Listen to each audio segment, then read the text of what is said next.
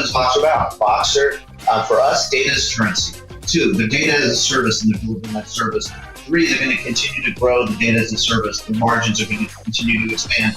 4, they're going to give you triple-digit top-line revenue growth from 2021 to 2022.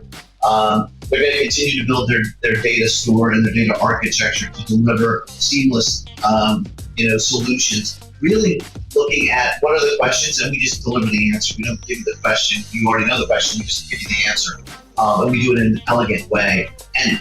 And those are all the things that Voxtur is doing to make home ownership more transparent and more affordable.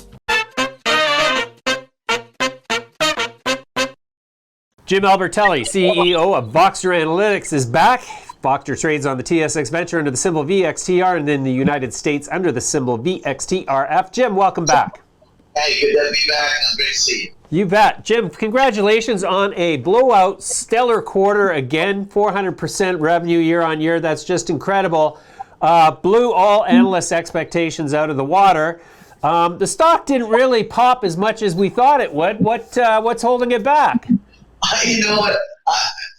Look, I'm smiling now. It's the holiday season. I want to tell that to all the listeners. Happy holidays. But you know what? We scratch our heads when we see that. We see that we've maintained. Again, we've grown substantially quarter over quarter, year over year. We expect the same to continue. And we feel like it's a little like because of the nature of the exchange we're on. And maybe it was because it happened around the same time as people had that initial scare around Omicron, and there was a little, will Omicron be this, will it be that? We turned out, it'll be transmittable, but it's not going to be anything major, and we should move on with our lives. So I think some of that was just people being focused on other places. Some of it is the nature of the TSXV, V for venture, and I think ultimately. We're going to need to make certain moves and move to another exchange to really get the full value. And I think the shareholders, though, are in a fantastic place. They're going to see triple-digit growth continue, and they're going to be part of that story. Jim, since this is likely our last conversation in 2021, let's recap 2021 because now you guys have closed. It's a total of 4 acquisitions this year, most predominantly, and the first one of the year was Anow, but also now Biome, Benutech, and what was the other one? Zome, that's right. So now tell me how all of those tie together into the master ecosystem. Yeah, no, totally. I think that's a great place to start and to think about over the course of what we've accomplished this year. We talked about our thesis around acquisition, and Gary talks about it. He talks about it's going to be PropTech. He talks about it having positive EBITDA.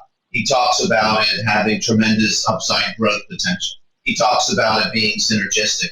So when you look at each one of those things, you unpack it. You say, okay, let's talk about Anow. And what does Anow mean? Anow was the culmination and transformation of our digital platform to connect lenders directly to appraisers, to create a digital pipeline. So, and if you think about it, if you look back at what we spent and you think about today and you go into our financials, you'll see that it's tracking just this year alone. Well, it's tracking at 600,000+ in EBITDA monthly, and it's just loaded its first major client. So we took it from the acquisition thesis had some positive EBIT, was accretive, was PropTech. We added to the system. We put all of our infrastructure behind it, all of our what I call corporate rigor. We took something like that, and already it's poised to do with one client over $7 million in EBIT next year. Pretty fantastic, pretty amazing. Turns out to be a bargain. Second thing we did is, and that builds out part of our digital pipeline into lenders and servicers. And that was key to us to be able to have that data pipe because data is Voxtur's currency, and we provide data as a service. The next piece you could look at is the Zome acquisition. Again, people look at that and go, oh, wow, it kind of feels like a tech-enabled service. Where's the technology? A couple places. One, well, first, it's a relationship with the top 5 mortgage servicer in the United States of America. So it put us on the map that we could do deals with the big boys and we could make something really happen. The second thing was it is a tech-enabled service, but it brought with it the ability to now layer our technology in and replace its current technology with the Anow, with the digital platform to make us more efficient and effective. So we knew we had additional profit opportunity. The third thing that it brought to us was all of the MLS data. So through the deal, we captured a huge data asset. So while it was good on all fours, positive EBIT, PropTech expansion opportunity, relationship with the top four lender, it brought a data asset, which we thought was phenomenal. So really rounding out now our proprietary data that we already had in our data mesh architecture, but adding another huge pipe that can provide additional value to all of our services, tax services, title settlement services, and valuation services. So building out the data asset. When you look forward and you look at VenueTech, same kind of concept. You got positive EBIT. You've got its technology that's in lead gen for lenders and for mortgage brokers. Well, wouldn't that be very important if the rates go up and there are fewer transactions? Wouldn't you want to be able to give your clients, the lenders, some special sauce that would make all the other things more interesting? So it's software as a service, it's data mining, data technology, but then it came with a complete CoreLogic data file. So now you're looking at the ability for us to repurpose the world of data. Like that's why Gary and I say, we started with some great proprietary information with good underpinnings. Default technology that's been dormant this whole year. So for the listeners, that's going to start to take off at the end of Q1 of next year with the moratorium being lifted. Don't forget that's out there. But we came to the party with default technology, with title technologies, with tax technologies, with valuation technologies. We've enhanced every asset, and we built one of the largest data stores in North America. Those two things we've accomplished at the same time, giving triple-digit growth, at the same time building the talent on our team. We recently brought in Ali Ayub, who was the Chief Technology Officer over at Mr. Cooper, formerly Nation Star Mortgage and Solution Star. We brought him in. He's run international teams. His background is a product guy at IBM. So, depth of expertise in architecture and really looking at all of our product lines to glean even more efficiencies across the organization. So, as well as help us evaluate other acquisition targets that we're considering. So I think you start at the beginning, what were we at the beginning of the year, even before my deal, 10 cents, 15 cents, 20 cents, 30 cents. You look at where we end the year at over 500 million in market cap over $1. You look at us with just on a flat line going through Q4 in the mid 90s. We predicted 90 million top line revenue, triple digit growth. We acquired the largest data asset. All those data assets are essential twine to a cord that connects a tangible real property asset to the digital world. And we built all of that. And we've assembled a team, and we built scale, and we deployed with the largest mortgage clients in the space, all in 2021. So that should give you an idea of what is Voxtur about. Voxtur, for us, data is currency. 2, the data as a service, and they're delivering that service. 3, they're going to continue to grow the data as a service. The margins are going to continue to expand. 4, they're going to give you triple-digit top-line revenue growth from 2021 to 2022. They're going to continue to build their data store and their data architecture to deliver seamless, solutions. Really looking at what are the questions, and we just deliver the answer. We don't give you the question. You already know the question. We just give you the answer, and we do it in an elegant way. And those are all the things that Voxtur is doing to make home ownership more transparent and more affordable. That's what Voxtur does. Voxtur is a service to make home ownership more affordable and more transparent. And that's where we're at. Beautiful. So as an investor, the question on a lot of minds is, in 2022, is the company going to continue to dilute its shareholders through continuous acquisitions using the company's stock as currency? Yeah, so look, you're looking at the guy with the largest shareholders, right, at 23% the total shares. And I'll tell you this, I don't like being diluted. Okay, I like my position, and I don't want to be diluted in the company either.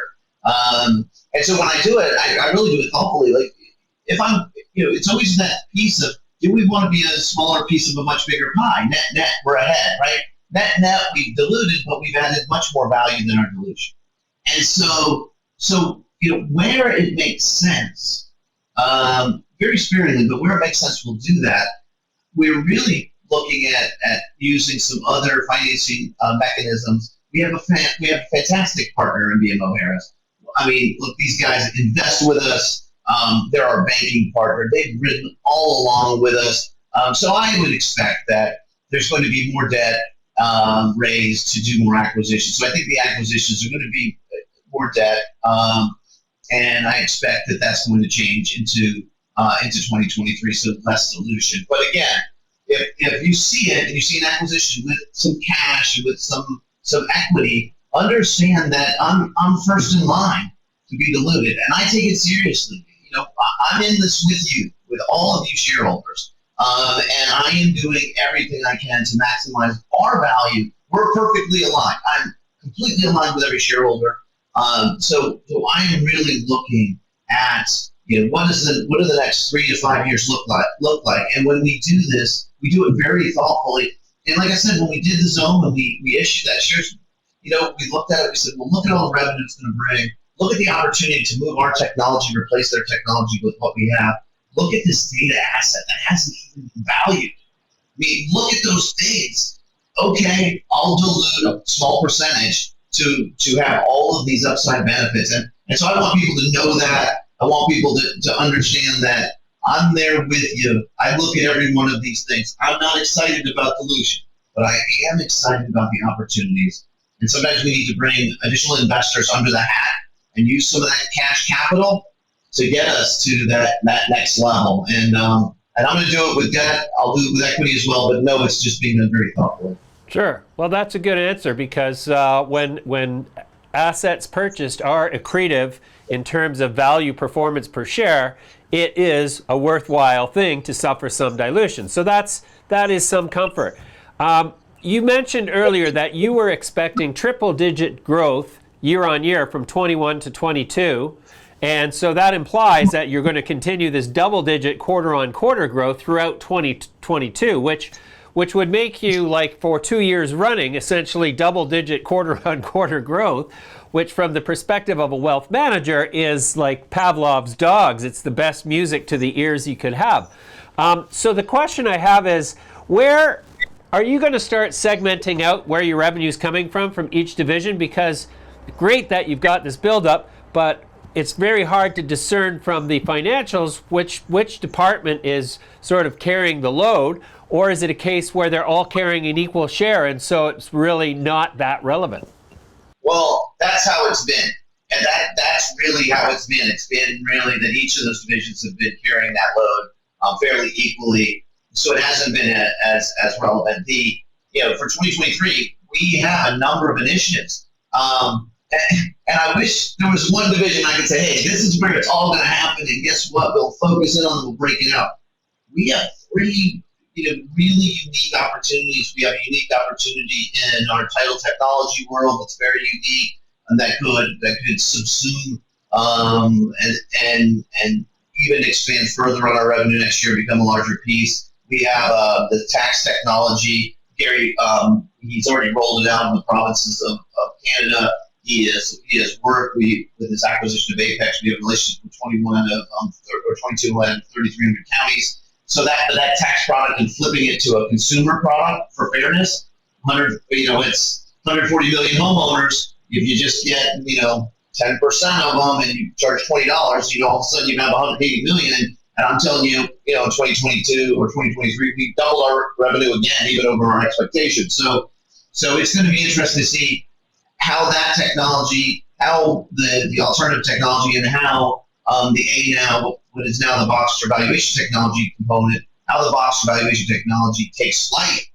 And should one of those predominate independently, then expect those to be broken out independently. And there'll be a larger and larger share of the revenue going forward. Some of that DaaS, that data as currency, data as a service that Voxtur has, which has very high margins. Those are the what I call the Adobe aggregate. People have heard me say that. It's the 80+% margin, gold standard. That's going to start to proliferate, and you'll see margins continue to increase along those lines. So that's what I think people should be looking for. And as it makes sense, we'll pivot. And I'll be here on your show to talk to you about the pivot, to drive people so that they can see that. You bet. Jim, that's a great update. We're going to leave it there for now. Thanks very much for your time today. I'll look forward to talking to you again in 2022. Have a great day. Love it. Thank you very much. Thanks. Bye for now.